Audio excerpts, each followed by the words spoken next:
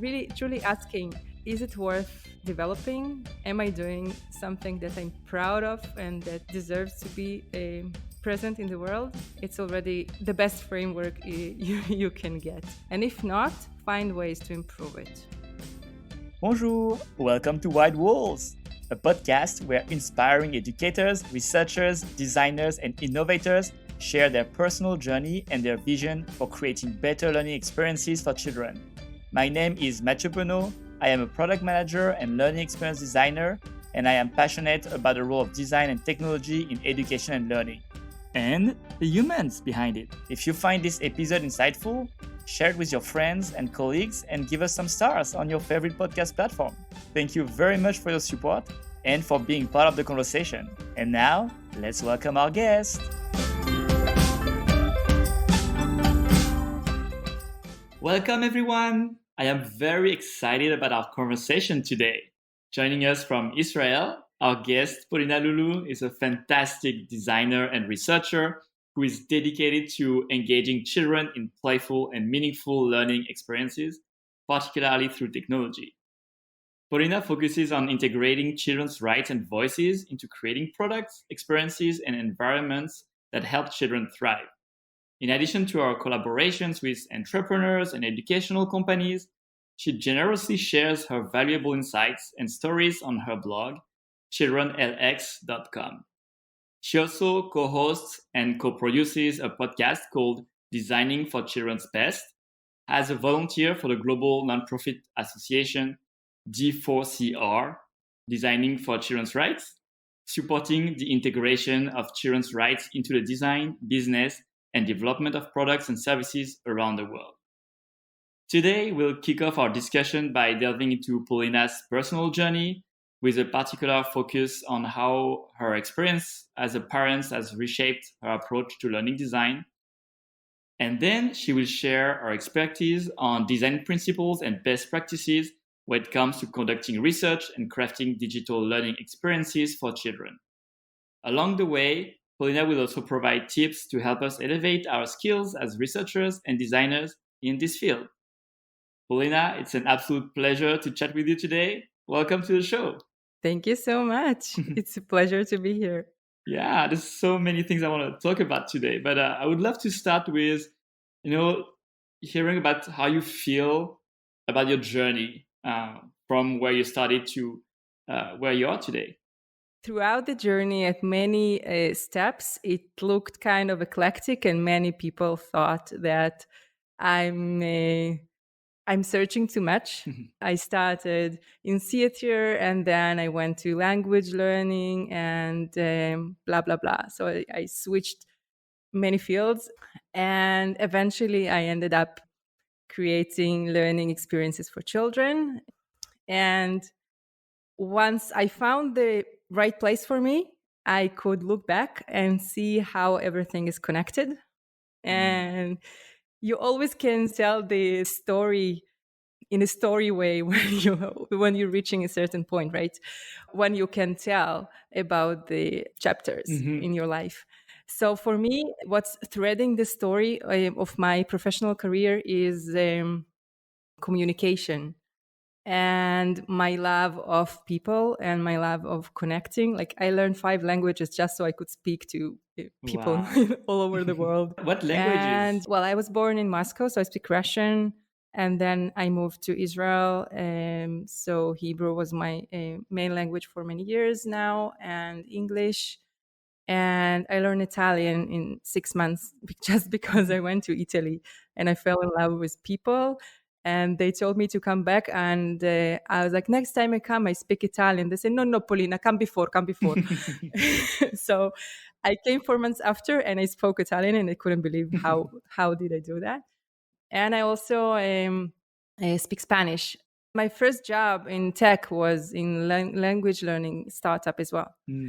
So connecting everything together is always about communication and touching people with feelings, like through theater, then languages and stories, and this magic that you can just feel. It's very hard to explain in words. And now I do the same, just in tech and digital and learning environments. So it's either working and there is a joy of learning and there is a joy of teaching, or it's broken and there's just waste of resources. And I hate wasting resources. So I'm helping to, look at all the systems and make it work for the cause of the purpose that it was made for. I love it, and I love how it's both a journey as an educator that you became, but also as a Hmm. learner along the way, and that you went through Hmm. that Hmm. messy journey where you don't know where you're gonna end up. It is. Learning is messy, and whoever tells you different, don't believe him. Wonderful. And very scary, actually. Very scary. Learning is scary. It's sometimes presented as fun, too much fun. And then we have the fun expectations of learning to happen. So it's messy and scary.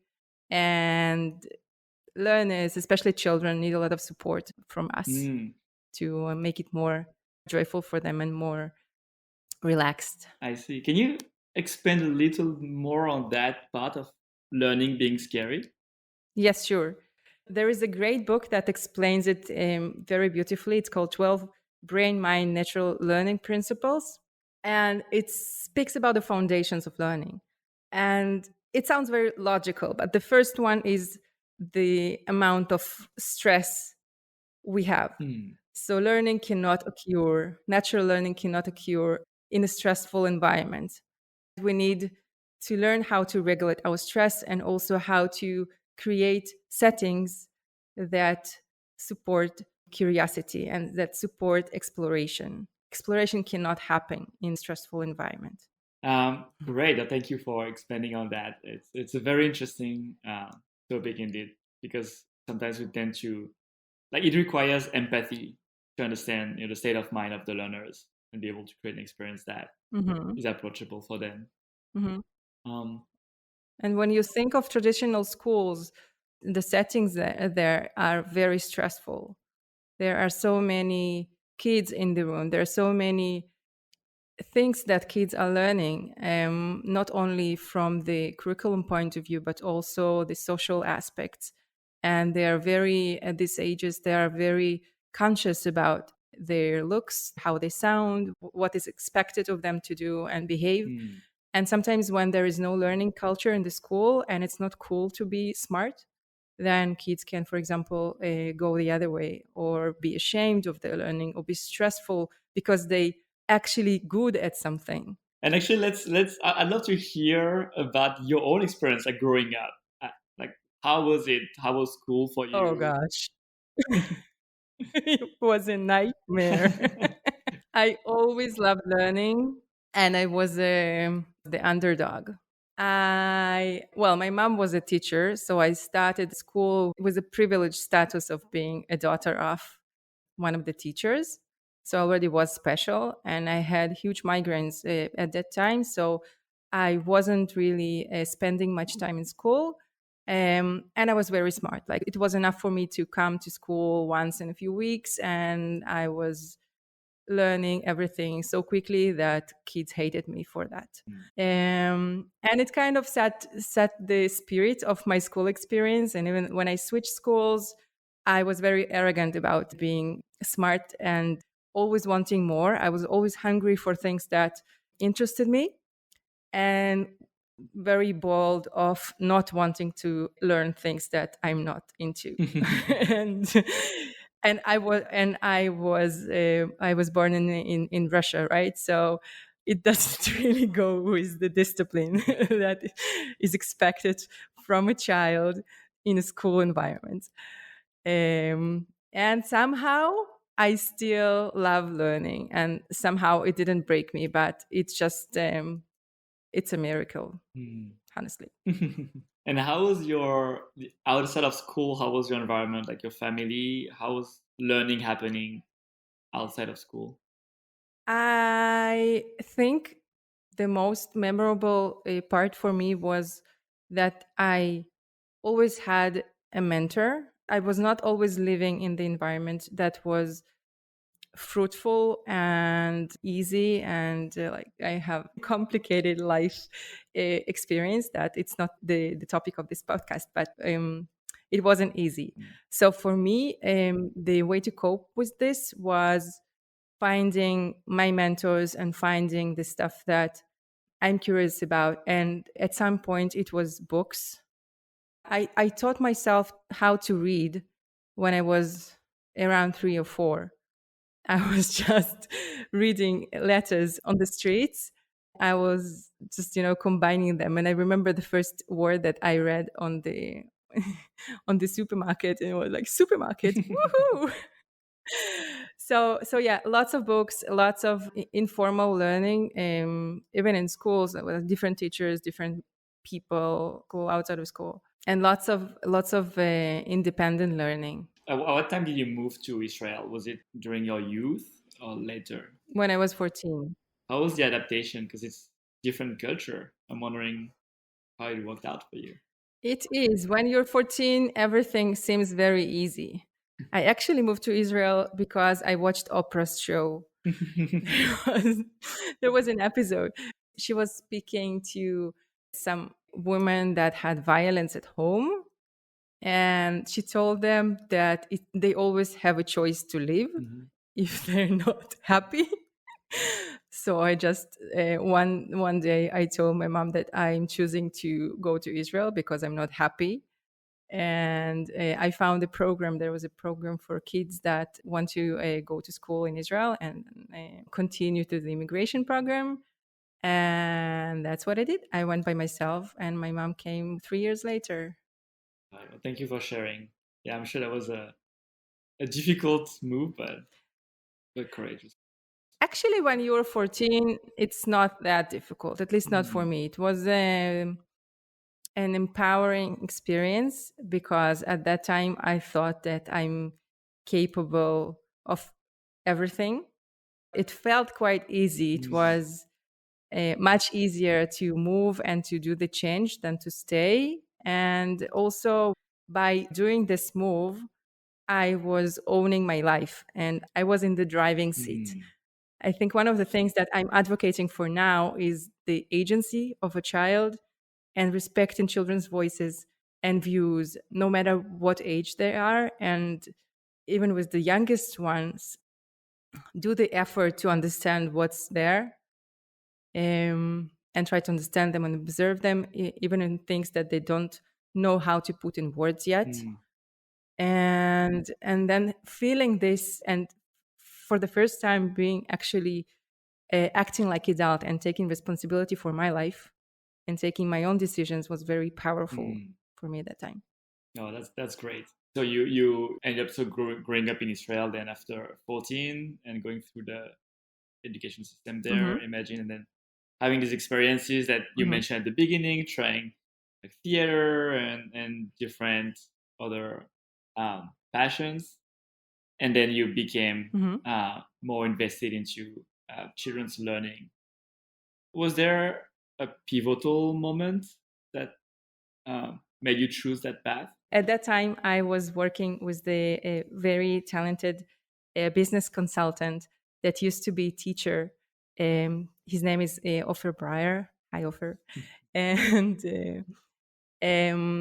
because he really had a passion to helping startups and small businesses, and had this passion of education, and um, and I was always with him. So um, I kind of tasted the innovation and this feeling of doing something meaningful. And then I was looking how to do that. Like, that's what I want to do. So I went to study instructional technologies, learning technologies at local institute of technology in Israel. And then was the time that I found my first job at the learning language startup. Unfortunately, it doesn't exist anymore, but at the time we were competing with Duolingo. Yeah, it was a long time ago. And for me, the passions, my passion of language learning and the passion of creating learning solutions really met organically then. And being new to the tech and the learning spaces, I was very good at learning languages. So I really had this understanding of the perspective of a learner, of a language learner. And it gave me strength to, start the journey. Now, as a researcher, I know that you are not the user, so you cannot rely on your knowledge. But for this specific context, at that specific time, I was the user. So I could really rely on my views and knowledge. And since then, the journey felt very natural. So from there, I moved to Matific. It's a company that does math games for kids. And then I became a mom. And it, as for many people, it kind of Shake your world. moves the pieces Yeah. around. Yes. Yeah, I did actually read like on your blog that you said becoming a parent undermined almost everything you knew about the educational design Mhm. industry, learning, and child experience design. And I'd love to learn more about Yes. what you mean by that. At first, it was very confusing because naturally, after becoming a parent, I started spending much more times with children, with my children, with the friends Mm. of the friends of the friends at different age groups. And and then many of the things that I was taught and I was doing naturally, and some assumptions that I had about learning were just they just felt wrong at the beginning. So watching kids play and how curious they are really made no point of dividing learning from non-learning, because there is no such thing as non-learning for children. They are always growing and learning. So having the educational label removed in my head, Mhm. and kind of the first layer that I said, okay, I shouldn't focus only on educational content for children, because then I'm neglecting the other part, and I'm disconnecting learning from not learning, when in fact it's the same thing for children. So parenting really connected me, like glued me to child's perspective. And from then, everything that doesn't feel right, Mhm. I was like, what's going on there? Like, let's go to the child perspective. Let's watch kids and understand what causes this feeling of wrongness.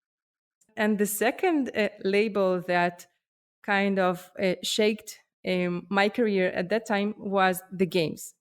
As I told you, I was very focused on educational games at that time. And removing the educational, I kind of started asking more questions, and like, okay, are games the solution for learning, for enriching learning journeys of children? And the answer that emerged in me was also games, but there are other things that are that are there, and I'd like to understand them as well, and see where games that we create for children are helpful and where they are more harmful. Yeah, I love the idea of changing the perspective from creating moments of learning versus learning is happening all the time, and how can we leverage that Mhm. and find the child where the child is. Yes. So as I see, like, we are helping them. They have this purpose. They own their learning. They go to their journey, and with technology and with the knowledge of educators and technologists and the learning scientists, we are helping them, to create this um, environments so they can take their learning further. Hmm. And it's sometimes, it can sound theoretical, but it really changes the outcomes as well. Yeah, I'm sure. I can totally see uh, how the design can take different pathways based on again that perspective that you have, Hmm. yeah, on the child's learning. Hmm. Actually reminds me of one of my Hmm. favorite articles from your blog, which is the difference between how adults learn and children learn. And I know that you touched on that Mm-hmm. aspect of learning happens all the time for children. There's a lot of other Mm-hmm. differences that you mentioned in this article that are fascinating. And indeed, if we look at learning from the way we do learn as adults, we're Mm-hmm. doing it wrong because Yes. children do it differently. Actually, this post was a playground for me to understand the difference. Before, when I just started consulting and I started my learning journey after the parenting, and when I started freelancing and when I started opening up myself to what's going on the global scene of children, and not only in the ed tech bubble where I used to be, but connecting myself to different areas in and industries where children live, then uh, I started playing around with, okay, so I know what I don't want to do, so but what do I want to do? Mm. And I think from that article I really understood the difference between perspectives, and that I want to be on the children's side. Like, I'm there to make more place in the industry for the child perspective. Mm. I love that. And to be like maybe more concrete in terms of uh, design guidelines and like design principles when designing digital learning experiences for children, um, what Mhm. would you look at as your core principles? So, for example, there is a framework of principles that are relied on children's rights, on the Convention of a Child. They're designing for children's rights, the organization that I volunteer for uses to give guidelines to designers. There are actually, in the last few years, there are so many frameworks and resources that are getting published, and they are so welcome.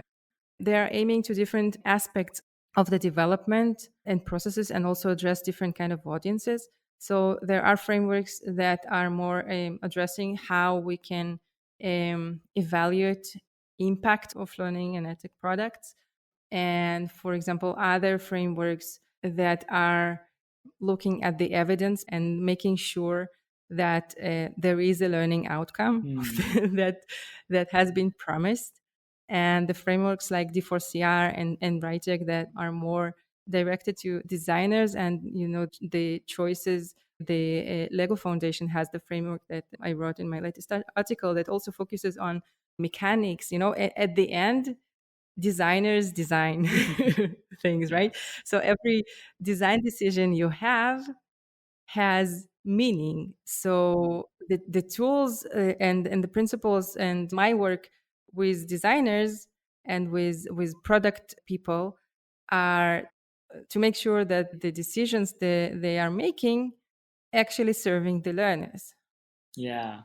And for me it's really interesting, like, lately, this is the thing, because to create a learning experience you need different expertise, and it's always a co-creation, right? Yeah. But you need someone that speaks all the languages of all these talented people Hmm.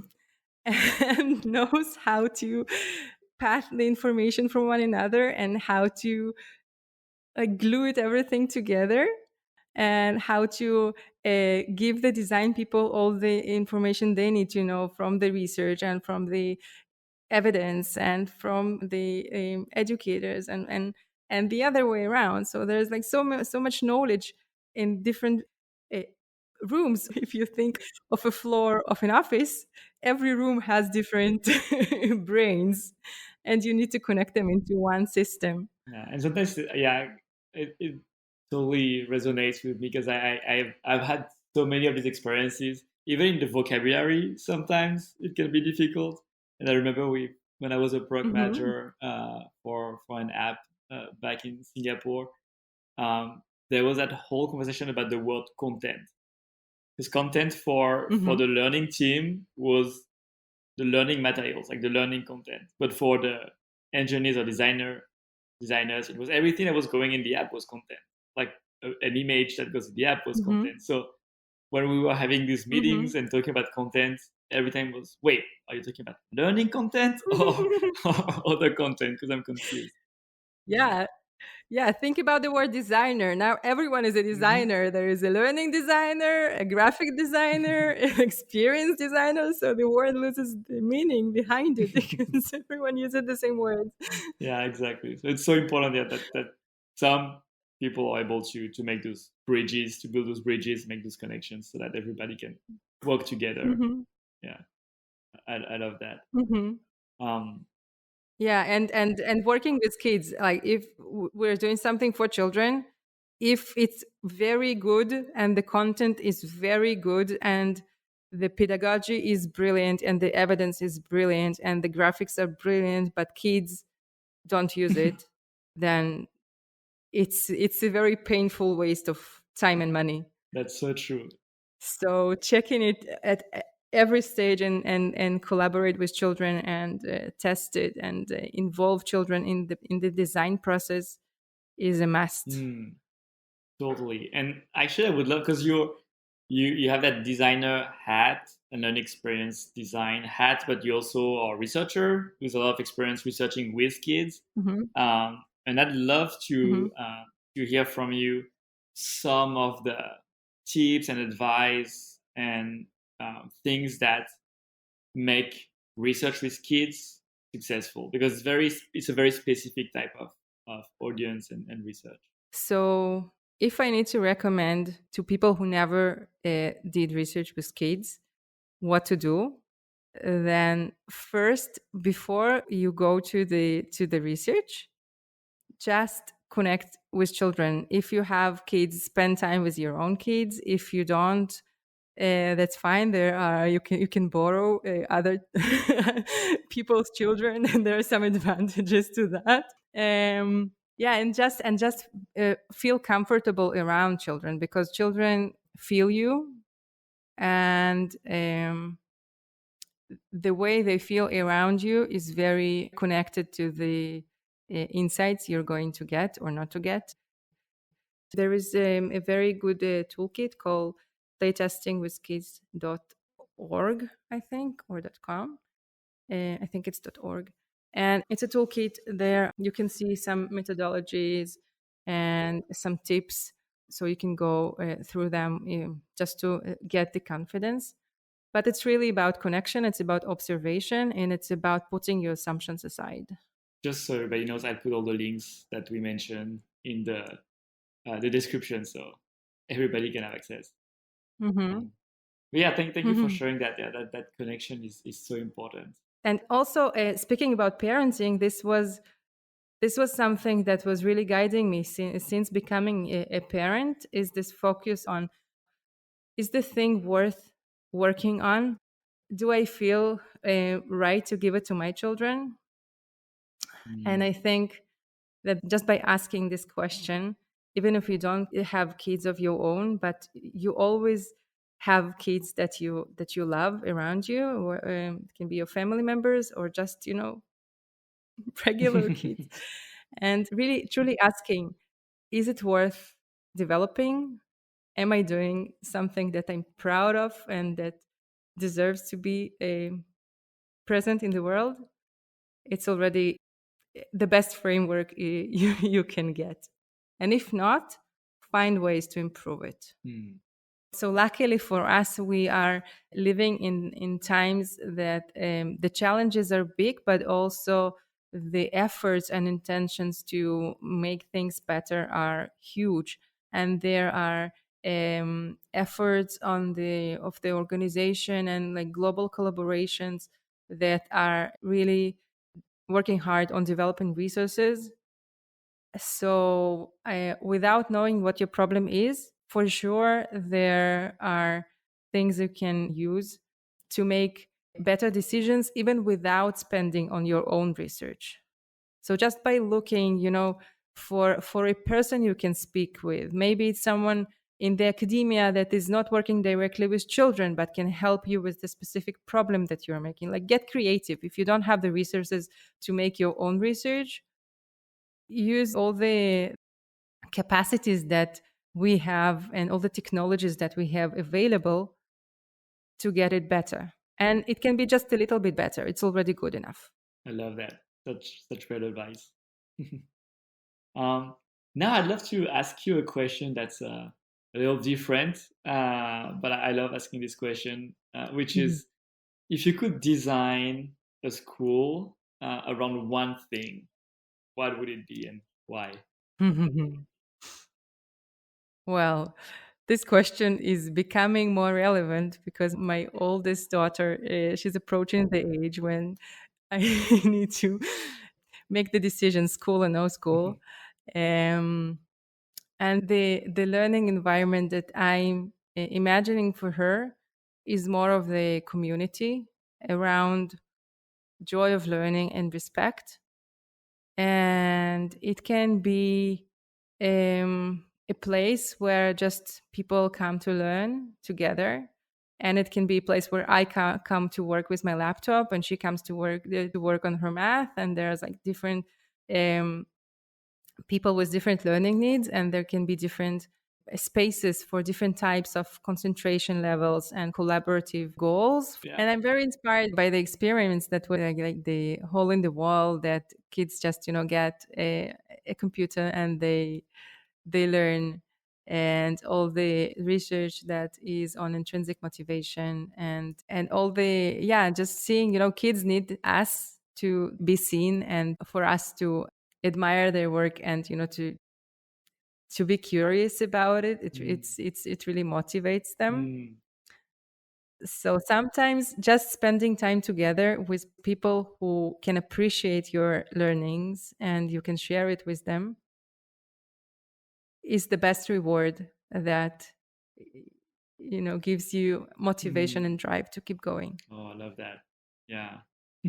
Being curious about what kids do rather than just expecting them to be curious about what we want to teach them. Yeah. Yes, it is. Like my daughter right now, she is learning to write. And this morning we were rushing to get to the kindergarten on time, and she wanted to write her name on a banana, and I love it already. she wrote her name, and she wrote her name on a banana, because if she doesn't write a name on a banana, then her friend can bring a banana too, and then they will not have a way to know which banana belongs to whom. So she needed to she needed to write her name on a banana. So she wrote it, and she's 5, right? So she wrote it on a banana, and then she's like, "Mom, I need to put an how do you call it, the exclamation sign, Exclamation point. Yeah. um, A mark. exclamation A mark. point." And today it's a Israeli New Year. Well, it's actually on Friday, but they celebrated it today in the kindergarten. So she said, "Oh, I have room for something else. So I want to write Happy New Year in Hebrew, Shana Tova, on a banana." And I was like, "Nah, we need to go." But I took a breath, and I said to her, "Do you know how to write Shana Tova?" And so I was curious. I was taking a moment to get curious about her Mhm. writing, and she actually surprised me and managed to write it really well.